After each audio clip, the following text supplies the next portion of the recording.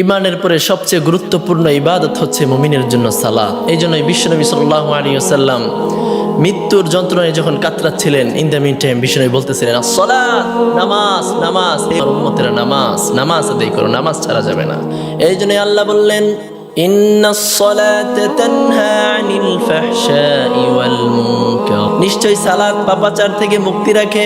এই জন্যই সালাত হচ্ছে সবচেয়ে গুরুত্বপূর্ণ। নামাজ মুমিনের সবচেয়ে গুরুত্বপূর্ণ বিষয় হচ্ছে নামাজ পড়া। রাব্বুল আলামিন ঘোষণা দিলেন, ইয়াতাসাআলুনা আনিল মুজরিমিনা মা সালাকাকুম ফি সাকার, কিয়ামতের ওই কঠিন ময়দানে সেদিন তাদেরকে জিজ্ঞাসা করা হবে, তোমরা জাহান্নামে আসছো কেন?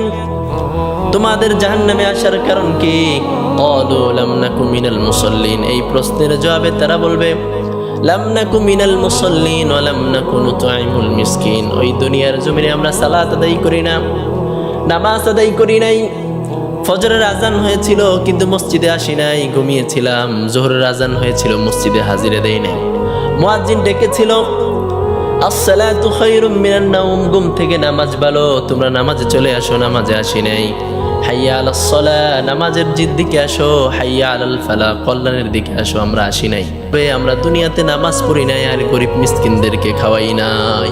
এই জন্যই আল্লাহ বললেন, কুল ইন্না সালাতি ওয়া নুসুকি ওয়া মাহইয়ায়া ওয়া মামাতি লিল্লাহি রাব্বিল আলামিন।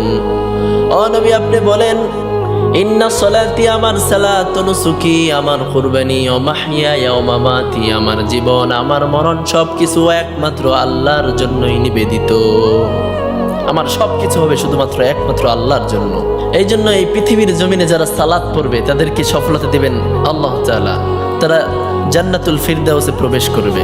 এই জন্য এই মসজিদের সঙ্গে সম্পর্ক রাখার দরকার আছে না নাই? আমরা সকলেই মসজিদে যাব, 5 ওয়াক্ত সালাত ইমামের পিছনে বা জামাত আদায় করব, তাহলে আমরা সফলতা পেয়ে যাব।